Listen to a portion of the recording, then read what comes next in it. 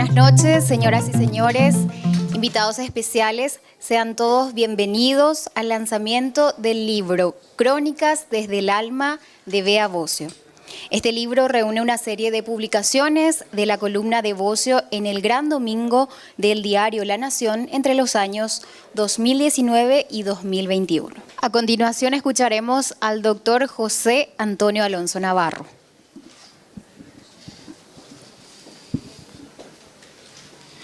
Querida Beatriz, querido decano, queridos estudiantes, público en general, amigos todos, muy buenas noches.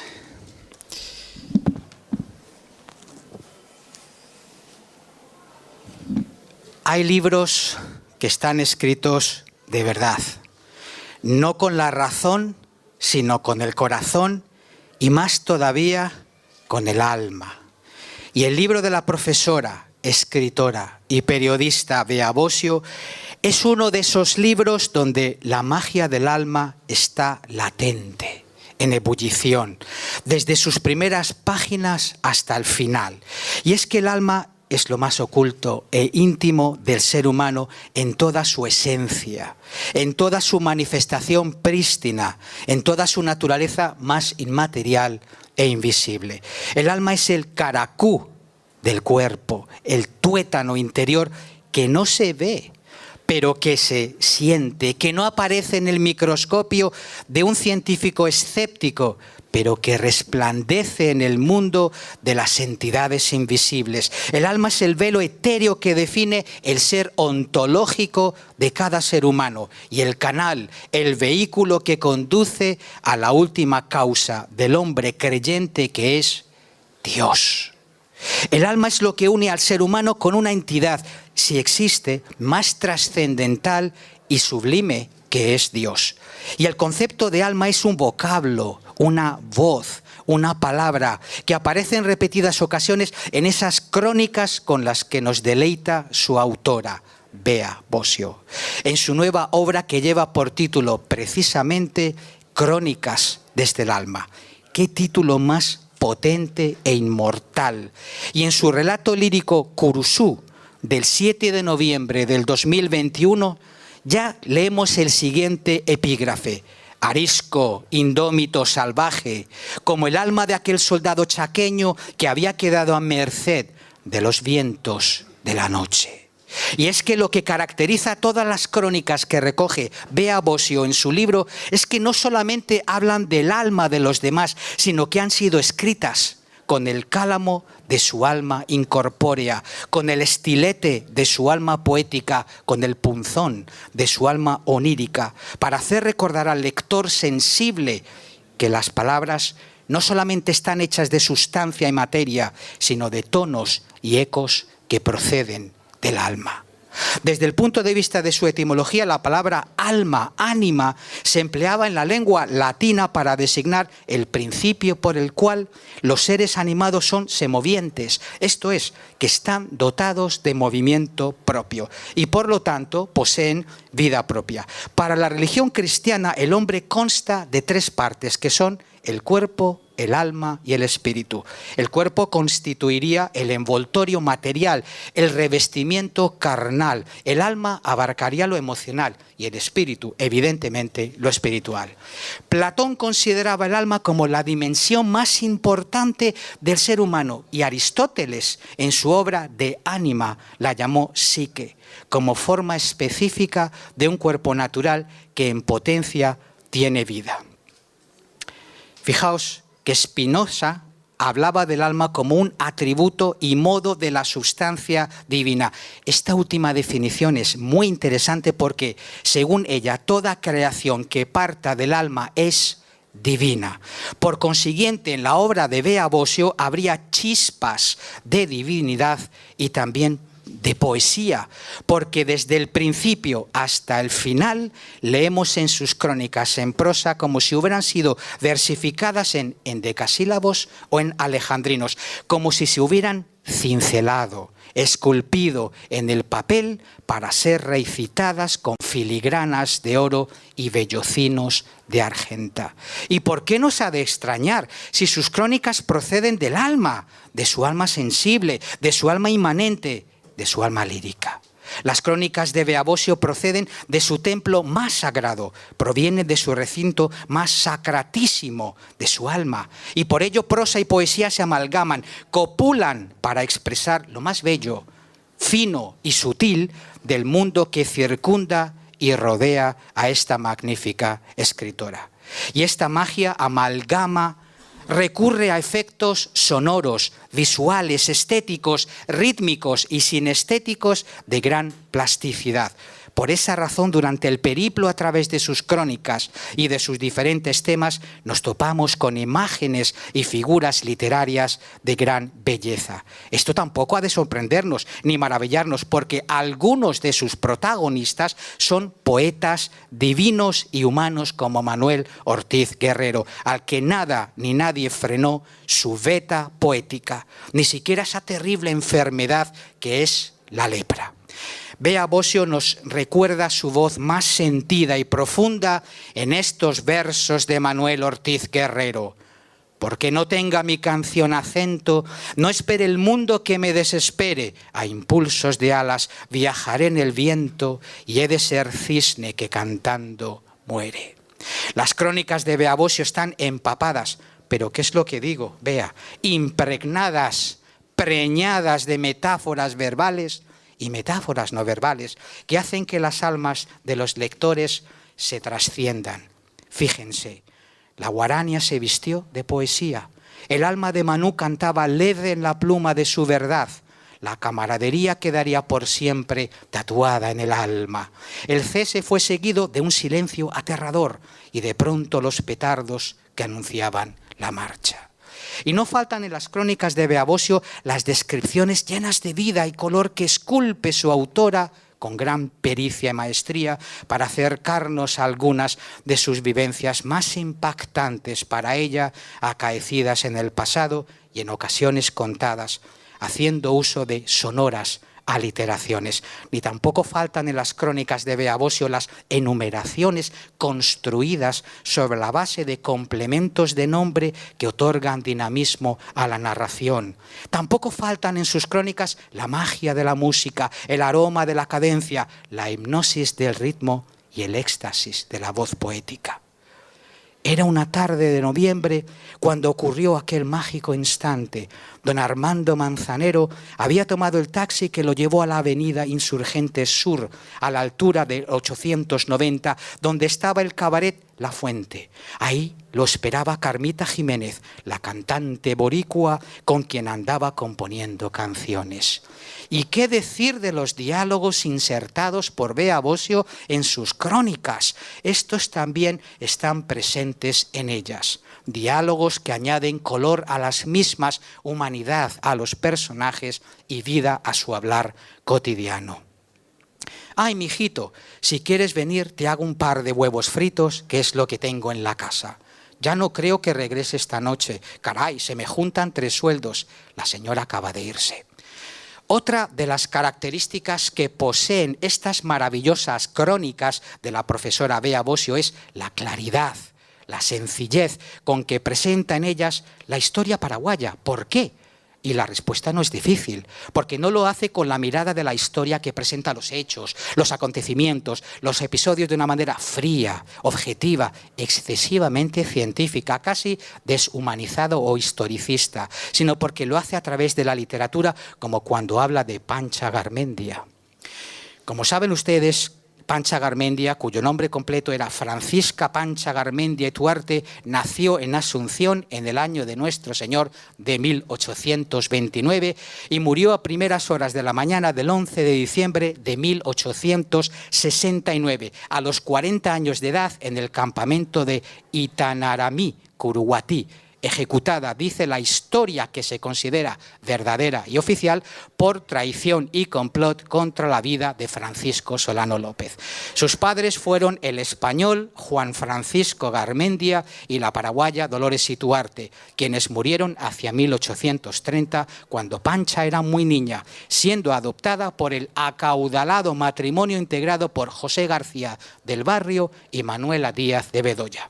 Ahora escuchemos las palabras de la escritora Bea Bosio al hablar de Pancha Garmendia en Crónicas de Guerra II. Dicen que cuando Francisco la vio, se obsesionó por ella. Y es que era difícil quedar indemne ante la belleza de Pancha Garmendia. Dicen que además de su hermosura, era instruida y que aquello la hacía aún más deseada. Desde muy pequeña su vida fue marcada por la tragedia. Su padre había sido fusilado por órdenes del doctor Francia y poco después murió su madre, quedando la niña al amparo de un matrimonio distinguido de la sociedad paraguaya. No tardó en hacerse plena y deslumbrante su hermosura, tanto que nacionales y extranjeros comentaban sobre ella, alta, esbelta y armoniosa, de azabache melena contrastando su blancura marmórea y unos ojos azules que hechizaban a cualquiera. De cabeza muy erguida y pobladas cejas, un andar extraordinario y un espíritu embebido de intachable pureza. Beatriz, gloria a ti. Gloria, que nos has regalado un pedacito muy grande de tu alma. Esa misma alma con que has sabido escribir tus crónicas en este libro que hoy se presenta, reescribiendo la historia. Gloria a ti, que en ellas, en tus crónicas, se encierran mundos que combinan lo ficticio con lo real y lo real con sucesos maravillosos, todos ellos contados, repito, con la magia y con la magia de ese arcano y misterio llamado alma. Muchas gracias.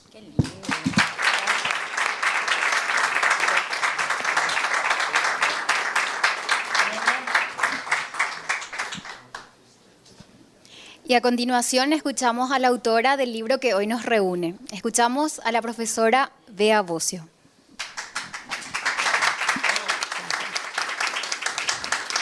Bueno. Dios mío, la introducción acá de los colegas.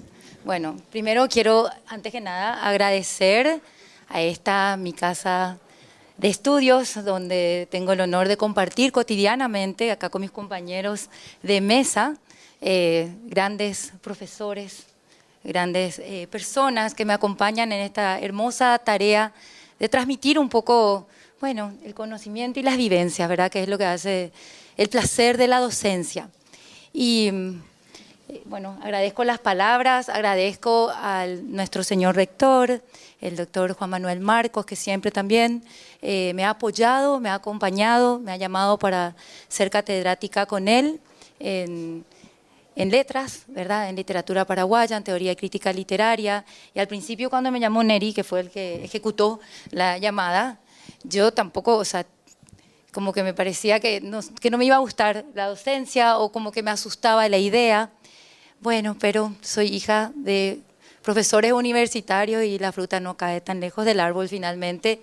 Y realmente es un placer infinito las clases y estar compartiendo con los alumnos y escuchando las nuevas también visiones de la vida a medida que pasan los años. Y ese intercambio es sumamente enriquecedor y uno termina aprendiendo muchísimo en las aulas, mucho más de lo que enseña probablemente.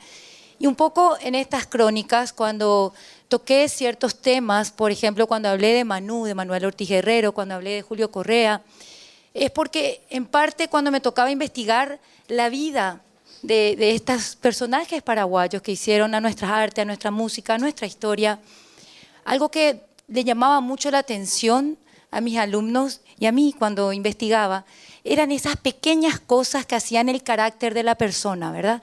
Que luego se iría a ¿cómo se dice esto? Ay, se me fue la palabra. Como se volvería importante en lo que estaba haciendo, pero digamos, pequeñas cosas del carácter a sobresalir. Ahí bien, ¿no? Era, bueno.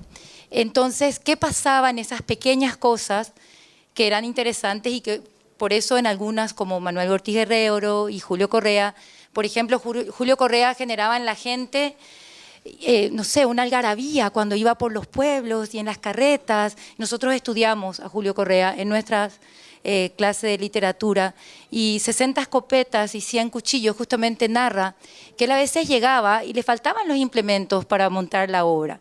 Y entonces hacía correr la voz por los pueblos. Necesito una escopeta, un cuchillo para la obra. Y tanto la gente se emocionaba que una vez encontró frente a su puerta, de manera anónima, porque él había dicho eso, 60 escopetas y 100 cuchillos. Y por eso se llama así la crónica. Pero ahí, por ejemplo, hablo de esta parte de Julio Correa y su relación con la gente y cómo iba llegando a la gente, porque él narraba historias de la gente y la gente se veía y disfrutaba. Y hay otra que cuentan, y ya se va por la rama, pero voy a contar, cuando el desfile al final de la guerra, había que esperar para el desfile de la victoria, después de la guerra del Chaco, y estaban súper cansados los soldados, querían volver a sus casas. Y, por ejemplo, no sabían qué hacer porque se fueron todos al cuartel, estaban esperando porque tenía que pasar esta cuestión del desfile, y la solución fue llamarle a Julio Correa. Y vino él, y noche tras noche, en su tabla, entretuvo a los soldados y se olvidaron las nostalgias y se subían los soldados y actuaban ahí en los cuarteles. Bueno, ese es el espíritu de Julio Correa. Y uno puede estudiar a Julio Correa como el dramaturgo, qué tal y tal, o contar estas pequeñas anécdotas que van contando de la grandeza. Bueno, este es un ejemplo, ¿verdad?, en Julio Correa.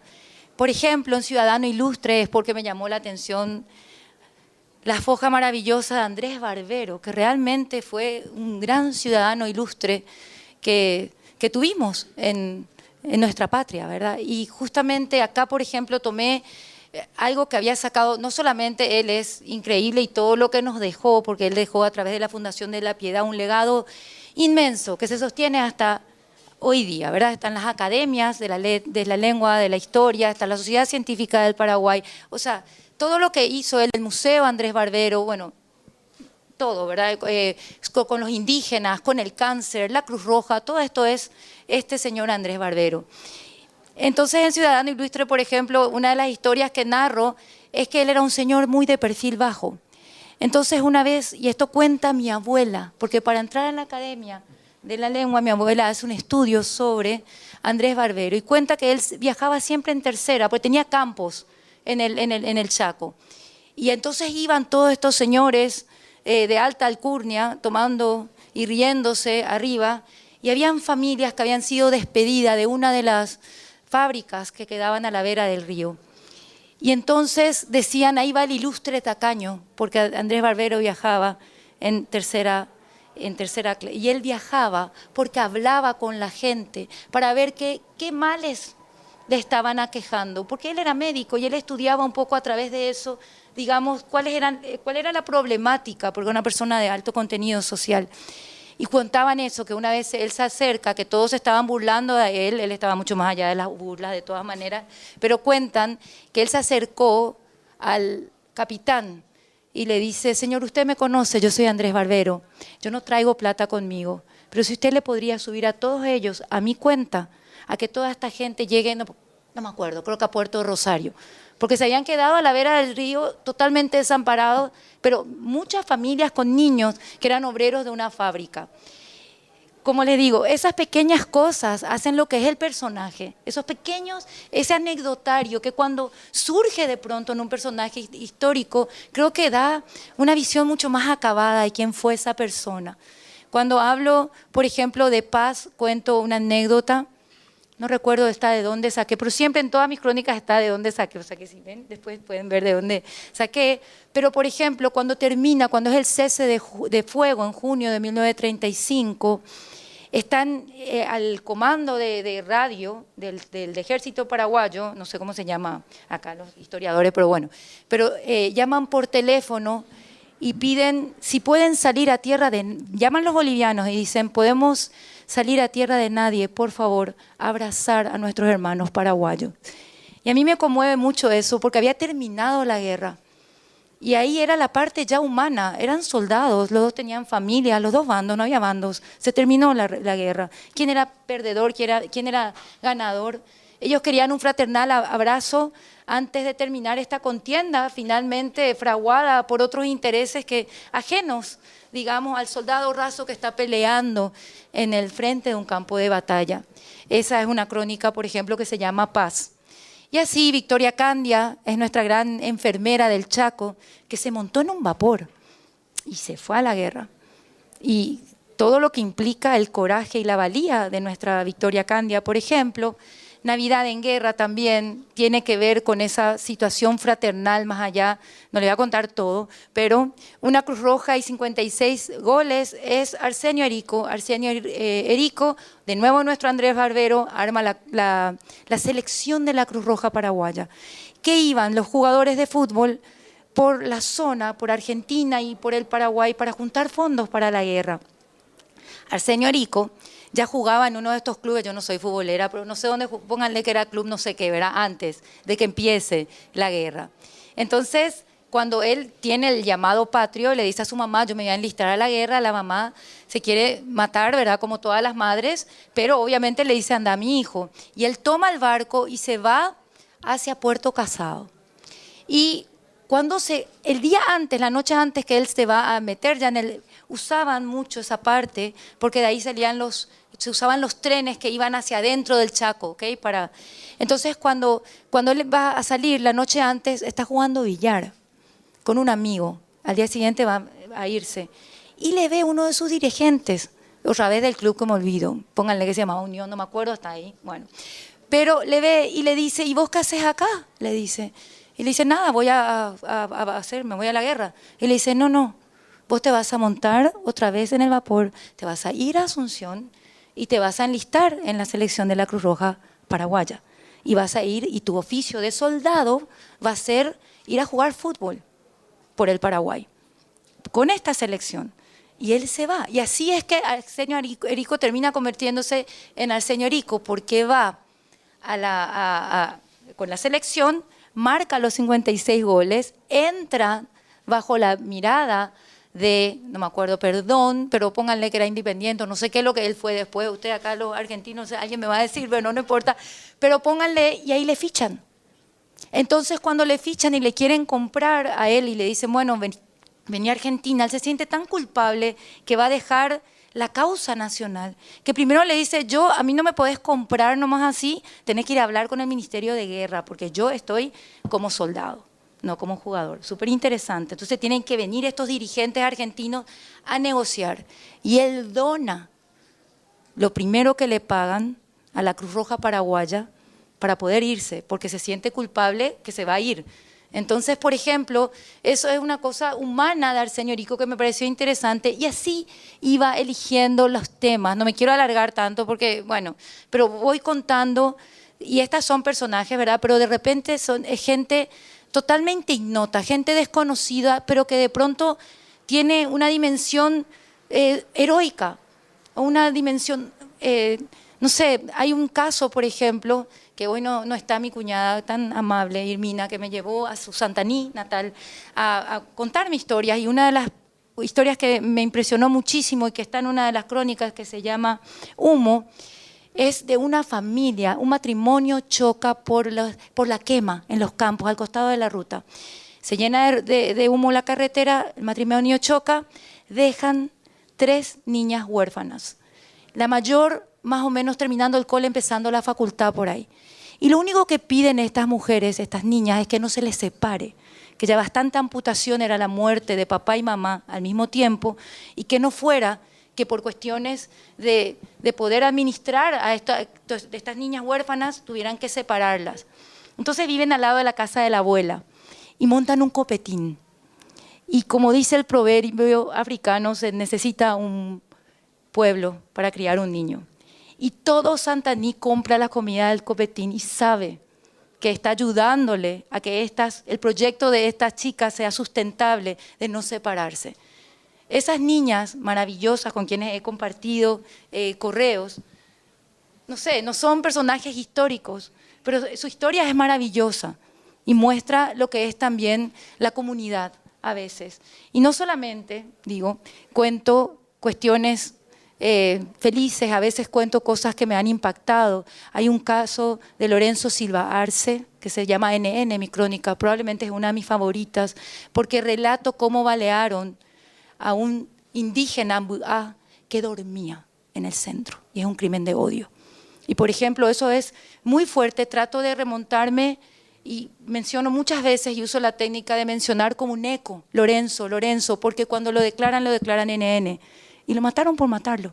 Simplemente un auto se aseguró que no hubieran cámaras mirando y lo mataron. Esa también es una crónica, no todas muestran nuestro lado más lindo. También tengo Santiago, que es un homenaje a Santiago Leguizamón, que aquí mis alumnos periodistas saben muy bien, ¿verdad? Y un poco hablando de su historia.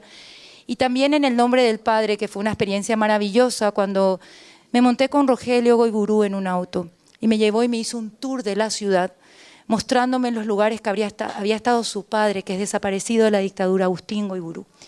Y tener esa conexión fue maravillosa con Rogelio, que me iba contando y me decía, acá en esta comisaría estuvo, acá hizo esto, acá está la embajada, esto. Y fue una tarde increíble.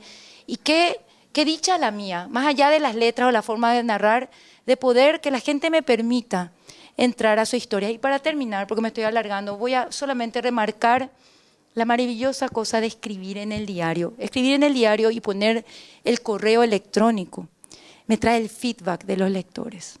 Y me ha traído las satisfacciones más maravillosas que yo les puedo contar. Por ejemplo, un señor de Concepción, Raúl, me pide si yo, me escribe primero comentando el artículo, no sé qué, y empieza a comentarme todos mis artículos y se casa el hijo. Y me dice si yo le puedo escribir la carta que él como padre quería escribirle a su hijo. Y entonces yo le digo que yo no le puedo escribir la carta, pero puede él escribir la carta y con mucho gusto yo reviso la estructura de la carta y le ayudo. Entonces hago eso, ¿verdad? Y entonces me dice, ¿cómo le pago? Y le digo, no hace falta que me pague, señor, no se preocupe. Y unas semanas más tarde llegan 3 litros de miel a mi casa en botella desde el norte, que es la manera que me está pagando este lector que yo no conozco. Y eso para mí es realmente entrañable. O el chofer, que ya hablé muchas veces porque me impactó en la historia, de la carroza de María Auxiliadora, que cuando yo escribo sobre María Auxiliadora y mi padre, me escribe el chofer de la carroza que lleva a la Virgen. El email más conmovedor del mundo me cuenta que él también es huérfano y que también María Auxiliadora le recuerda a su padre y que él, en promesa del hecho de muerte, dice que él va a seguir manejando esa carroza como una conexión con su padre. Y me invita, y no a mí, a la Bea Niña, porque dice claramente en su email, le invito a la Bea Niña, si quiere venir a la carroza a subirse, porque me sentí reconocido en tus letras.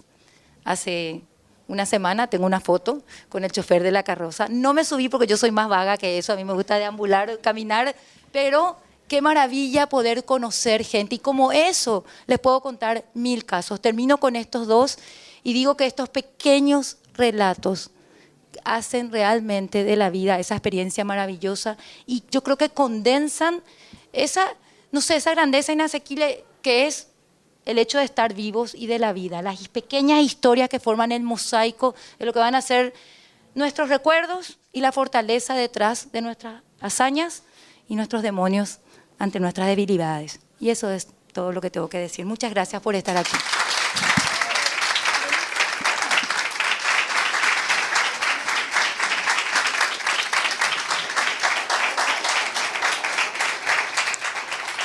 A continuación pasamos a la parte artística de la noche para cerrar este acto con la presentación de la orquesta de Uninorte y de la primera soprano de la ópera de Uninorte, Sara Benítez.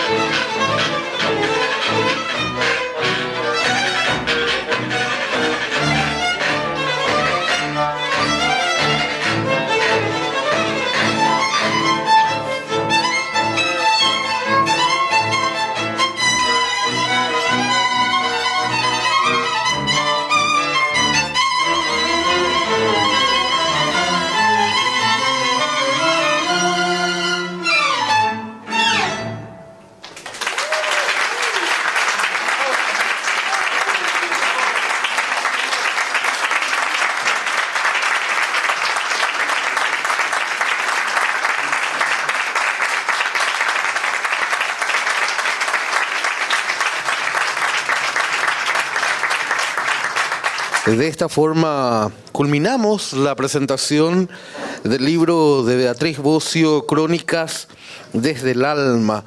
Le invitamos a un brindis en el stand de la Universidad del Norte y también por hoy vamos a estar dando el libro de Beatriz Bocio a un precio promocional de 50.000 guaraníes. Así que Beatriz va a estar en el stand autografiando a aquellas personas que se acerquen. Van a llevar el libro con el autógrafo de Beatriz Bocio. Muchas gracias.